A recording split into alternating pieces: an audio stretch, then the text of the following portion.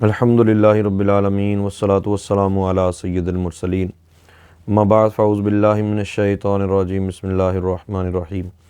صلاۃ والسلام علیک یا رسول اللہ وعلی آلک واصحابک یا حبیب اللہ۔ قرآن کریم میں اللہ تعالیٰ ارشاد فرماتا ہے سورہ احزاب میں، انما یرید اللہ لیذہب عنکم الرجس اہل البیت ویطہرکم تطہیرا۔ اب اس میں اہل بیت میں کون کون لوگ شامل ہیں؟ یہ پچھلے ایپیسوڈ میں نے بات کی تھی۔ نبی پاک صلی اللہ تعالیٰ علیہ وسلم کی ازواج، آپ کے شہزادے شہزادیاں، حضرت سیدنا مولا علی رضی اللہ تعالیٰ عنہ، حضرت سیدہ فاطمہ الزہرا رضی اللہ تعالیٰ عنہا، حضرت امام حسن اور حضرت امام حسین رضی اللہ تعالیٰ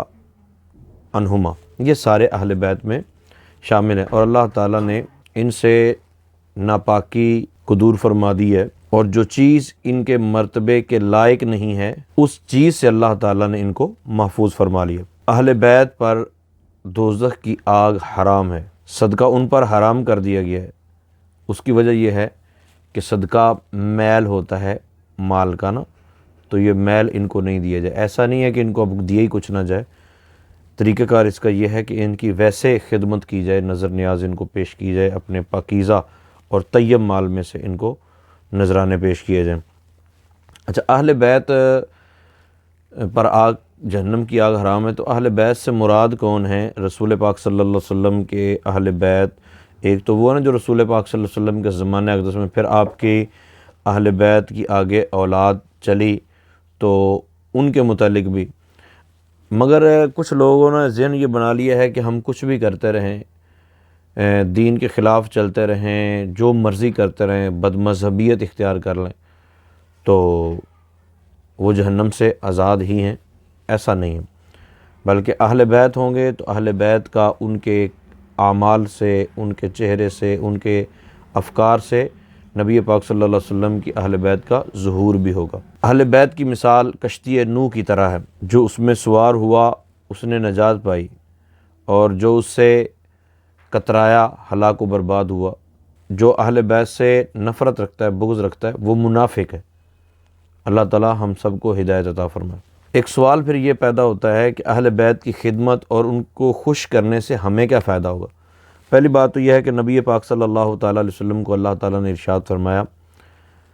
قُلْ لَا أَسْأَلُكُمْ عَلَيْهِ أَجْرًا إِلَّا الْمَوَدَّةَ فِي الْقُرْبَى۔ محبوب آپ اعلان فرمائیے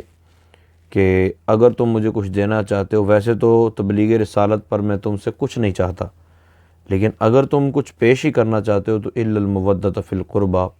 میرے قریبیوں سے، میرے اہل بیت سے، میرے گھر والوں سے، میرے رشتہ داروں سے محبت کرو۔ ارشاد فرمایا، جو شخص وسیلہ حاصل کرنا چاہتا ہے، جو یہ چاہتا ہے میری بارگاہ کے اندر اس کی کوئی عزت ہو، کوئی مقام ہو، اور اس کی وجہ سے میں قیامت کے دن اس بندے کی شفاعت کر لوں، سرکار دو عالم صلی اللہ علیہ وسلم نے ارشاد میں اسے چاہیے کہ میرے اہل بیت کی خدمت کیا کرے اور انہیں خوش کرے۔ بریلی کے تاجدار کہتے ہیں، اہل سنت کا ہے بیڑا پار، اصحاب حضور نجم ہیں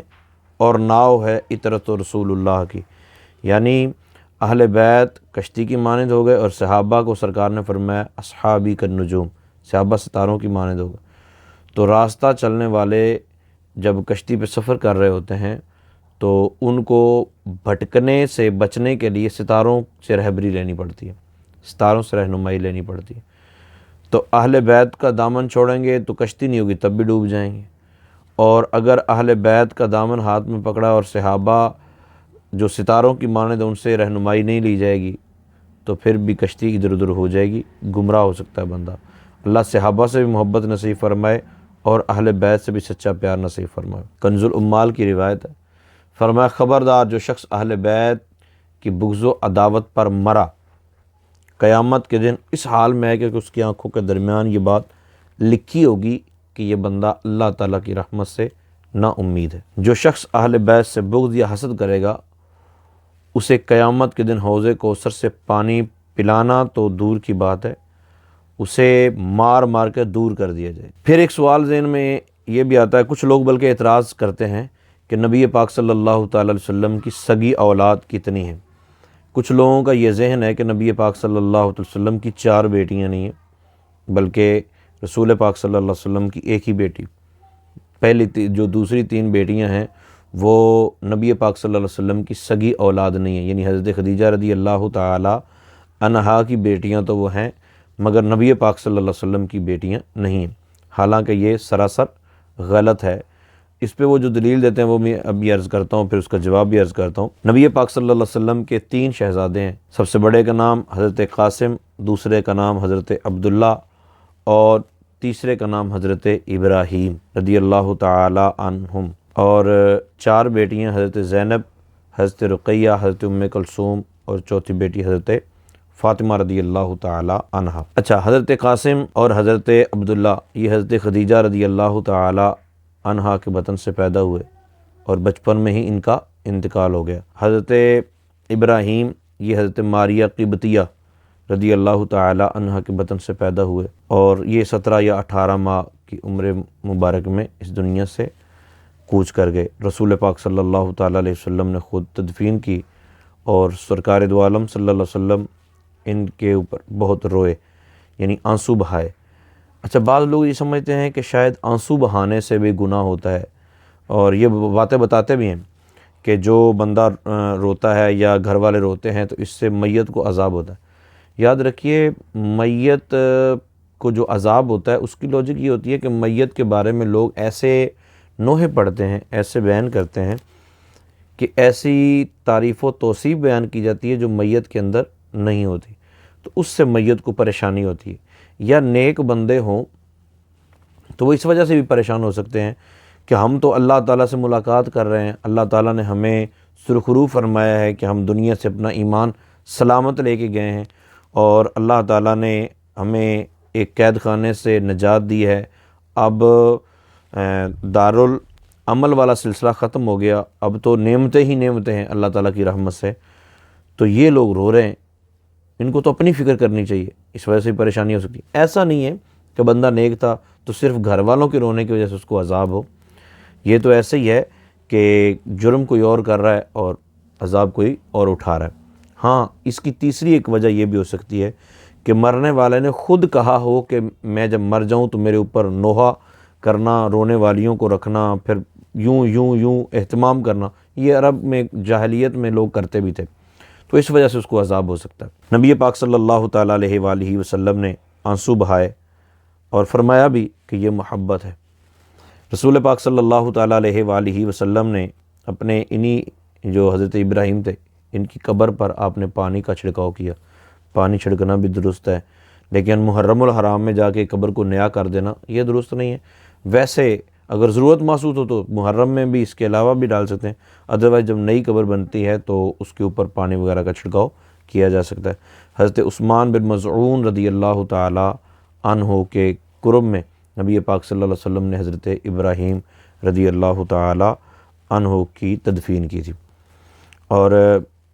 حضرت زینب رضی اللہ تعالیٰ عنہ جو نبی پاک صلی اللہ علیہ وسلم کی شہزادی ہیں، ان کا رسول پاک صلی اللہ تعالیٰ علیہ وسلم سے اتنا پیار تھا کہ ان کی ایک بیٹی تھی، ان کو اٹھا کر رسول پاک صلی اللہ علیہ وسلم نماز پڑھا کرتے تھے۔ یہ بخاری شریف میں روایت موجود ہے، ان کو اٹھاتے تھے نماز پڑھے، جب رکوع سجود کرنے لگتے تو اس کو بٹھا دیتے، پھر اٹھا لیتے۔ ہم لوگ بھی شاید روافظ کی طرف رجحان رکھنے کی وجہ سے بعض اوقات اس طرح کا اہتمام کرتے ہیں کہ ساری باتیں بھی بیان نہیں کرتے، شاید حضرت امام حسین رضی اللہ تعالی عنہ کی بات زیادہ کر جاتے ہیں اور حضرت امام حسن کی بھی نہیں کرتے، جبکہ حضرت مولا حسن رضی اللہ تعالی عنہ دونوں کو، امام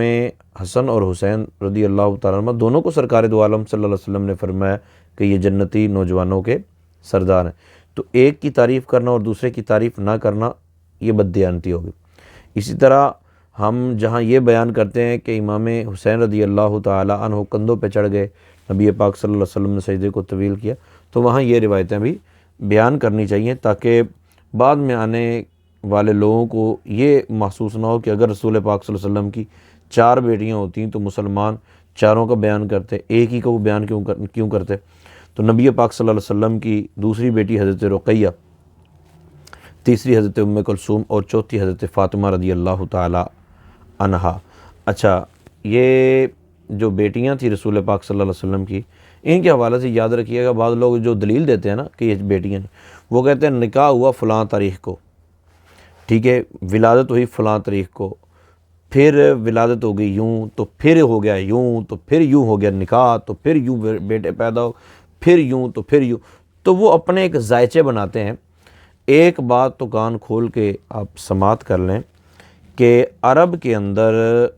تاریخ کی تعیین کا کوئی طریقہ کار نہیں تھا۔ عرب کے اندر جو بڑے بڑے واقعات ہوتے تھے، ان واقعات کے ساتھ منسوب کر کے یاد دہانی رکھی جاتی تھی۔ مثال کے طور پہ عام الفیل ہو گیا، یعنی وہ سال جس سال ہاتھی مارے گئے، تو اس واقعے کے اتنے سال پہلے فلاں کام ہوا، اتنے مہینے پہلے کام ہوا، اتنے مہینے بعد ہوا، اتنے دن بعد ہوا، اس طرح کر کے یاد دہانی ہوتی تھی۔ رسول پاک صلی اللہ علیہ وسلم نے جس سال حضرت خدیجہ رضی اللہ تعالی عنہا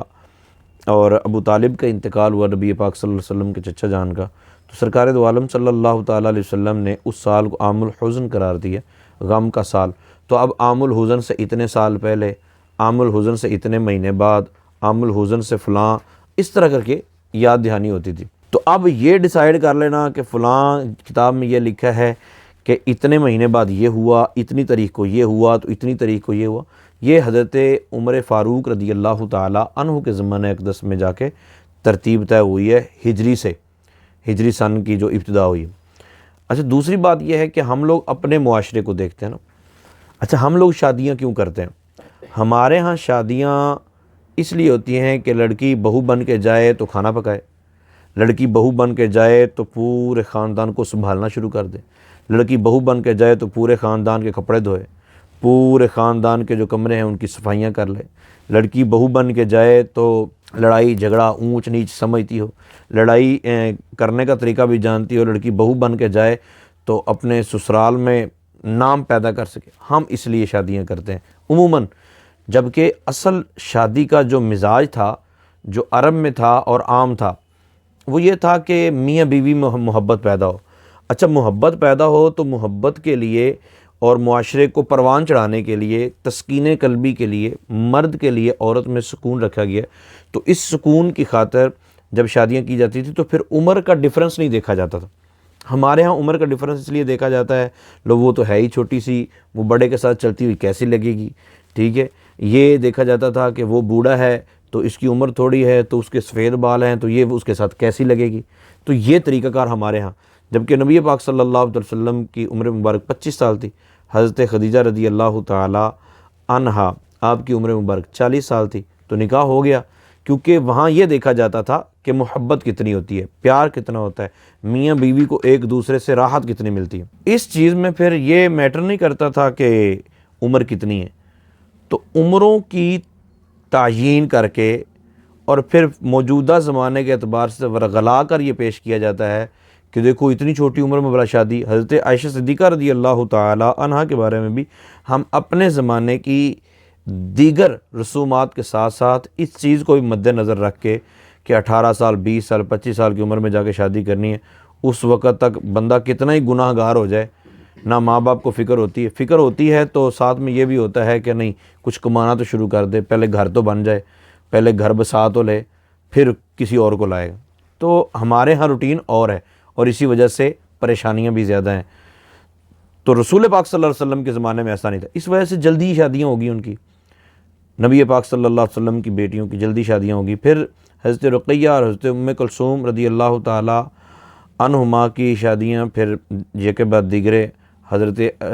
عثمان غنی رضی اللہ تعالیٰ عنہ سے حضرت فاطمہ رضی اللہ تعالیٰ عنہ کے ساتھ مولا علی رضی اللہ تعالیٰ عنہ کی ہوگی۔ تو آج کے بعد یہ ذہن میں رکھیں کہ ہمیں کبھی بھی صحابہ یا تابعین یا رسول پاک صلی اللہ علیہ وسلم کی ذات گرامی کے بارے میں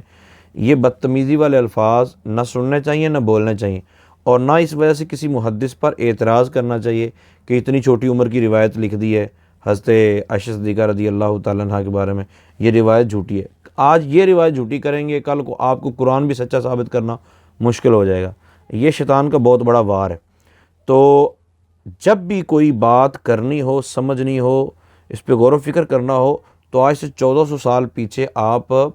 مکہ مکرمہ یا مدینہ منورہ کے جو ماحول ہیں ان کو مد نظر رکھ کر اس وقت کی انوائرمنٹ کے اعتبار سے اگر دیکھیں گے تو انشاءاللہ کوئی اعتراض